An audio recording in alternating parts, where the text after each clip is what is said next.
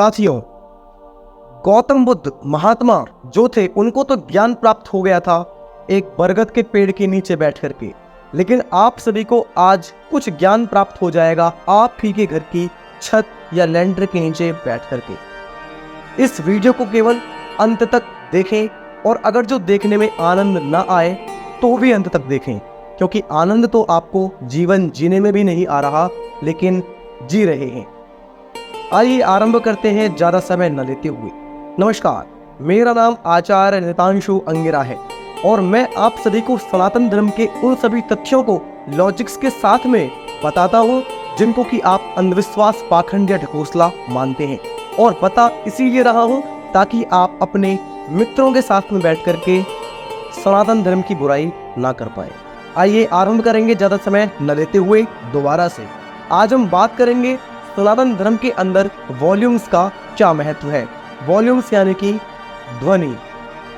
आज हम बात करेंगे केवल 5 ध्वनियों के विषय में। तो 5 ध्वनियों में से सबसे पहले बात करेंगे शंख के विषय में। शंख आप सभी लोग जानते होंगे, शंख कई प्रकार के होते हैं, लेकिन शंख को बहुत से लोग पूजा के अंदर पाखंड मानते थे कि इसको बजाने से क्या ही हो जाएगा। लेकिन जब उनके परिवार वाले हॉस्पिटल्स में पहुंच गए अपनी सांस और फेफड़ों की समस्याओं को लेकर के, और जब डॉक्टर ने बोला कि अगर जो आप बहुत पहले से अपने घर के अंदर शंख का उपयोग करते तो शायद आज ये हॉस्पिटल में ना होते, तब उन लोगों को शंख की महत्वता समझ में आ गई। लेकिन आपको मैं आज बता देता हूँ शंख की महत्वता क्या है। साथियों, शंख को बजाने से हमारे रेक्टल मसल्स मजबूत होते हैं।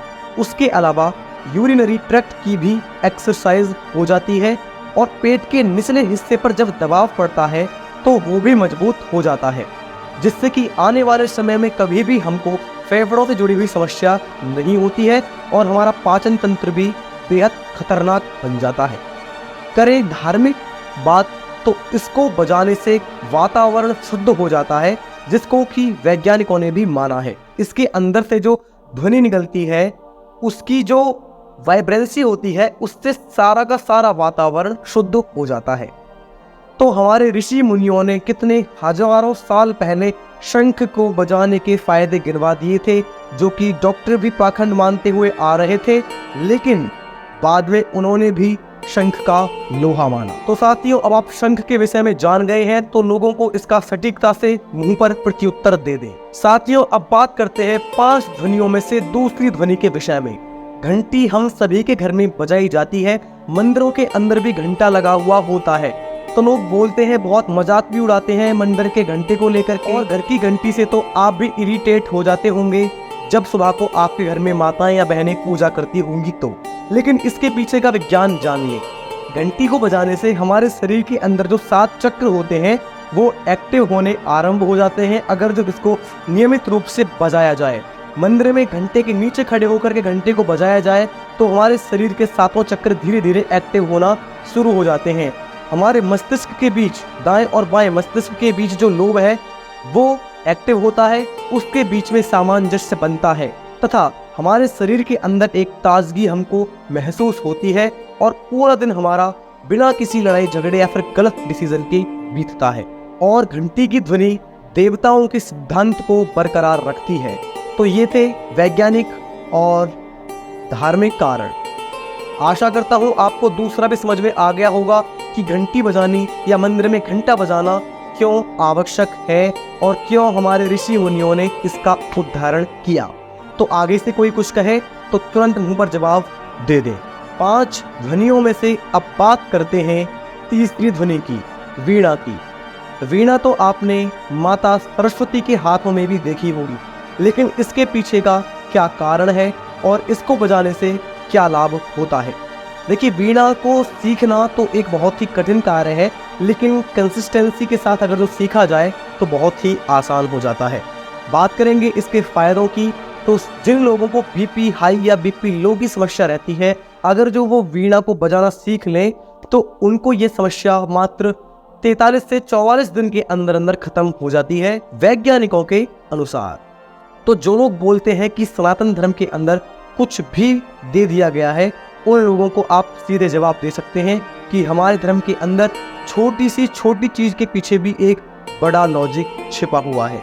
आप जानते हैं आजकल कोई ही घर बचा हुआ होगा जिसके अंदर की बीपी हाई या लो की समस्या ना हो। और वीणा के अंदर सभी उपकरणों के मुकाबले ज़्यादा मांसपेशियों का उपयोग होता है, तो इससे उनके अंदर मजबूत रहने की शक्ति और सहनशीलता भी उत्पन्न होती है और आपके शरीर के अंदर रोग प्रतिरोधक क्षमताएं भी बढ़ती हैं। साथियों, अब बात करते हैं 5 में से चौथी ध्वनि के विषय में, जिनको कि आप सभी लोग जानते होंगे। हमारी चौथी ध्वनि है बांसुरी की आवाज। भगवान श्री कृष्ण के हाथों में बांसुरी किसने ही नहीं देखी होगी। आज इसके पीछे का लॉजिक जानते हैं। देखिए, वाद्य यंत्र बहुत सारे हैं जिनको कि बजाया जाता है, उनके मधुर संगीत के द्वारा आप आनंद प्राप्त करते हैं, लेकिन बांसुरी को बजाने से जो फायदे होते हैं वो बहुत ही महत्वपूर्ण है। सबसे पहला फायदा है आपके हृदय के अंदर जो भी परेशानी है, हृदय की कोई भी आज बड़ी से बड़ी आप समस्या को ले लें, उसका सॉल्यूशन है बांसुरी बजाना। बांसुरी बजाना आपके हृदय की स्वास्थ्यता को बढ़ावा देता है, जैसा कि 2018 में भी वैज्ञानिकों ने माना था। दूसरा इसका फायदा है आपका इससे सांस बढ़ता है और आपकी हालत कभी भी सांस फूलने से खराब नहीं होगी और आपकी मृत्यु कभी भी हार्ट अटैक से नहीं हो सकती है। ये फायदा शंख बजाने से भी होता है। जो लोग नियमित रूप से शंख बजाते हैं उनकी मृत्यु कभी भी हार्ट अटैक से तो हो ही नहीं सकती है।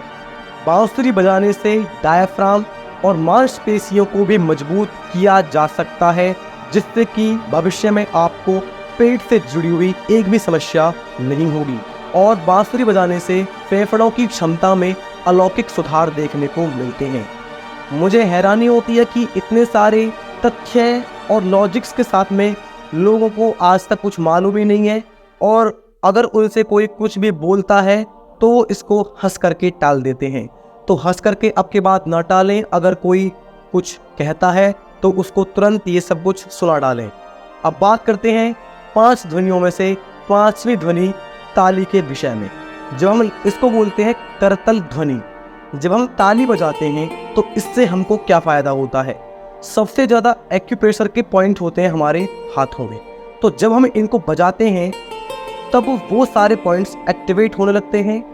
अगर हाथों में स्थूलता हो तो ताली बजाने से, करतल अभ्यास करने से वो तुरंत खत्म हो जाती है। शरीर के अंदर जितनी भी नसें ब्लॉक हैं, बंद हैं, वो सभी खुल जाती हैं। कंधों के दर्द में बहुत जल्दी आराम देखने को मिलता है और सबसे महत्वपूर्ण, सारे दिन आपका मन प्रसन्न रहता है। और अगर करतल ध्वनि के साथ में हास्यासन भी किया जाए तो आपको दुगना लाभ मिलेगा और आप पूरे दिन stress free, depression free, anxiety free महसूस करेंगे। तो साथियों, ये थी सनातन धर्म की वो 5 ध्वनियाँ। आज की वीडियो में 2 चीज़ सीखने को मिलती है। सबसे पहला, सनातन धर्म की 5 ध्वनि कौन सी हैं और उनसे होने वाले लाभ क्या क्या हैं। तो 2 चीज़ें आपने आज सीख ली। अगर जो आप इस वीडियो का सेकंड पार्ट चाहते हैं तो आप हमें कमेंट में पार्ट सेकंड लिख करके सेंड कर दें, वीडियो को लाइक कर दें, सब्सक्राइब करें उत्साह बढ़ाने के लिए। वैसे तो आवश्यकता है नहीं, हमारा हाई है पहले से ही। और इस वीडियो को उन सभी साथियों के साथ में शेयर कर दें जो कि बिना जाने कोई भी ज्ञान लोगों को देते रहते हैं। जय सिया राम, जय नारायण।